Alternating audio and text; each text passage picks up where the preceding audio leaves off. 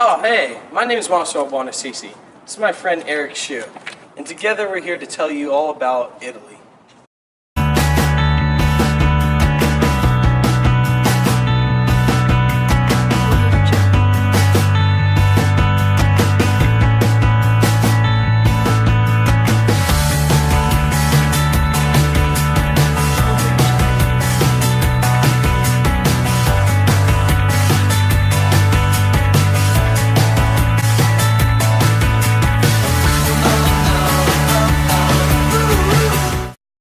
This is Italy.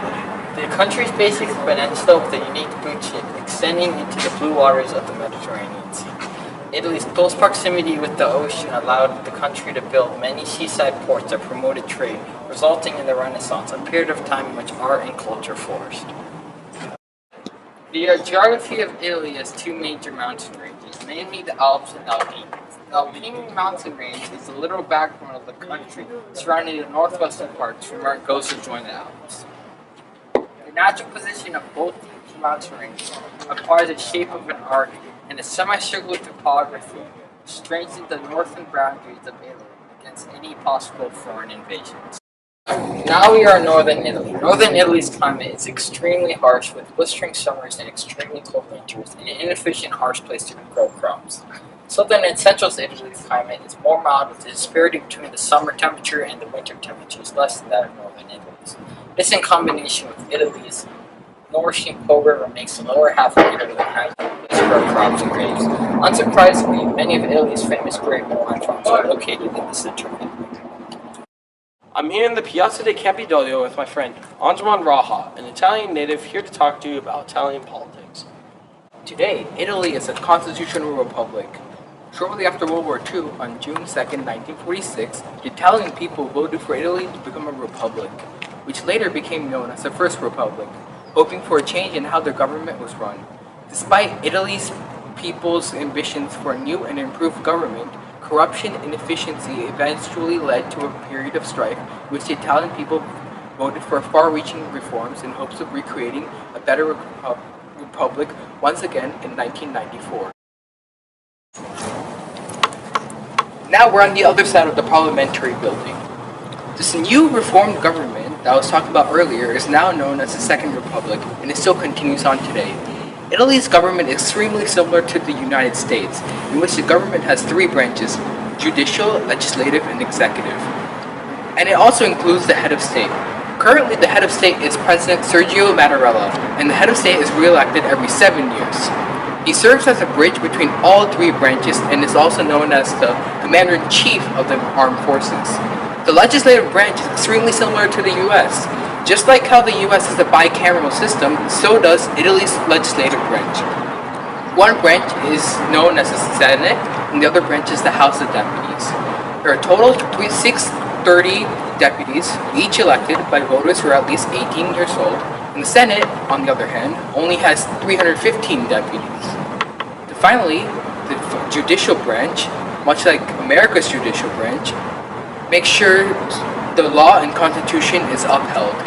The judicial branch is composed of 15 judges that are elected by either the President of Italy, Parliament, or from ordinary administrative Supreme Courts. Now, we're inside the Capitol building. As of 2015, the most prominent political party is known as the Partito Democratico, which is also known literally as the Democratic Party. Its ideologies are similar to the social modern Democrats. In addition, the Partito Democratico also focuses on environmental problems plaguing the earth as well. So now, I'm going to introduce my friend Farris, whose family has been in Italy for the last 5 generations. Italy's predominance as the capital of Christianity, Vatican City. The Pope of Catholicism resides in Vatican City and plays a major role of Christianity not only in Italy, but throughout the rest of the world as well. 83% are Christian, 12.4% are irreligious, atheist, or agnostic, 2% are Muslim, and 0.6% are of other or unaffiliated religions. Festivals are an important part of Italian culture that allow people to appreciate their own livelihoods and upbringings. We're going to talk about festivals. Epiphany and La Befana, festivals that have been held for more than 1,000 years. La Befana in Italian folklore is known to have gone around Italy distributing gifts to children on the night of January 5th, similarly to Santa Claus on Christmas Day. Now a national symbol, every year in January, a large festival is held to pay homage to their kindness and warmth. I'm now in Festa della Repubblica, a mainly nationalist parade commemorates the period of time in which universal suffrage was given to the populace, allowing citizens to choose between a monarchy and a republic. The vast majority of the people, however, chose to become a republic, and the celebration or festival was created to mark the day. Many high-level government officials participate and make an appearance in this festival. Relatively materialistic parade used to show off the power and glory of the Italians. When the festivals are over, the Italian people also have many pastimes that are both entertaining to watch and participate in. Here I am at a field watching an amateur football game. Football, better known as soccer in the United States, is one pastime that is enjoyed not only in Italy, but around the world as well. But compared to other countries, soccer is almost treated like a religion where nearly most of the population has chosen a team to root for. Forza Milan!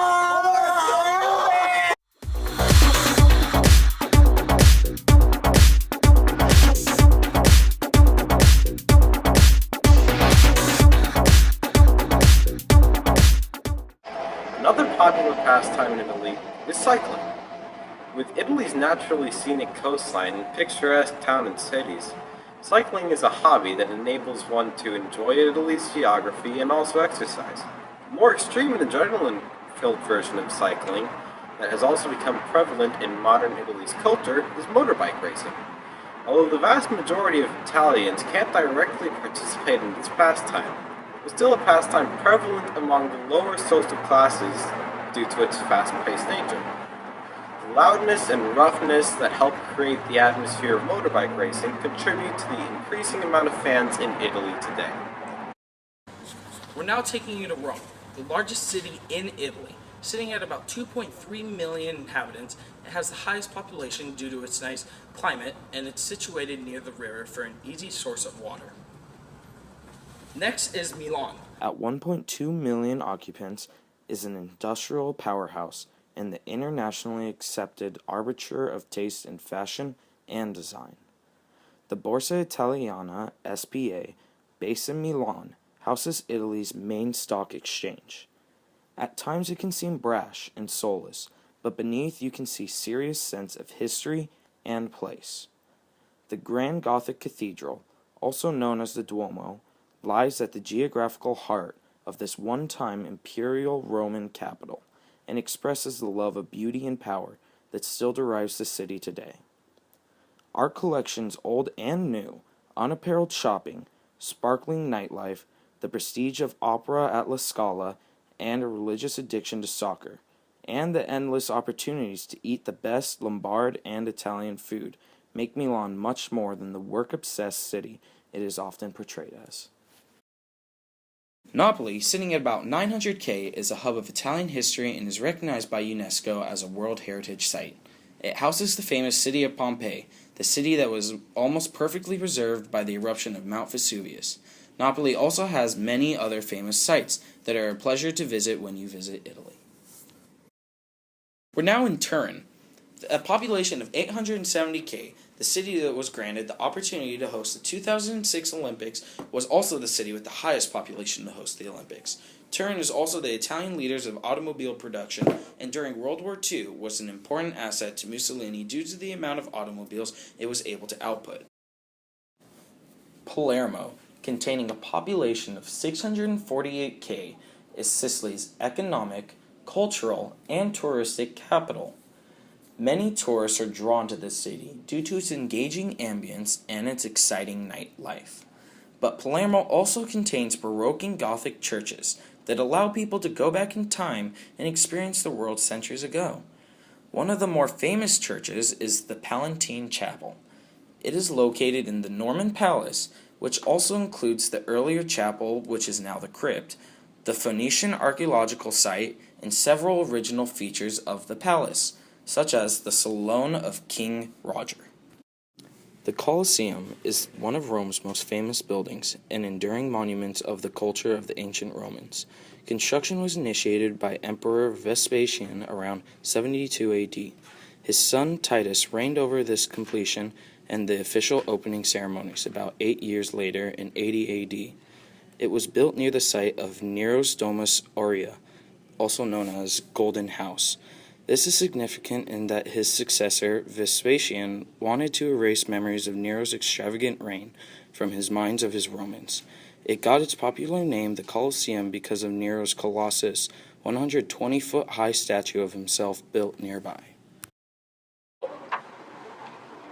Two notable places in Italy that provide both a nice view and a pleasure to experience are Mount Etna and the Non Valley.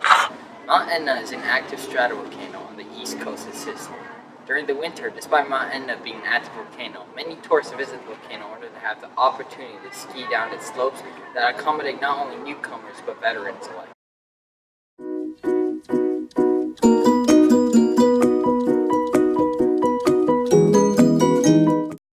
Once winter has passed, Mount Etna transforms into the perfect place to have a refreshing hike that rewards you with a panoramic view of the surrounding area. There are a variety of different hiking trails that you can take when visiting Mount Etna, each one with its own unique qualities.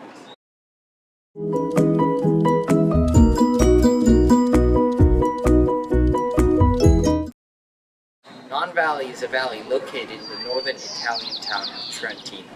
Similar to Mount Etna, Non Valley is also a perfect place to visit in order to witness the beauty of the Italian landscape.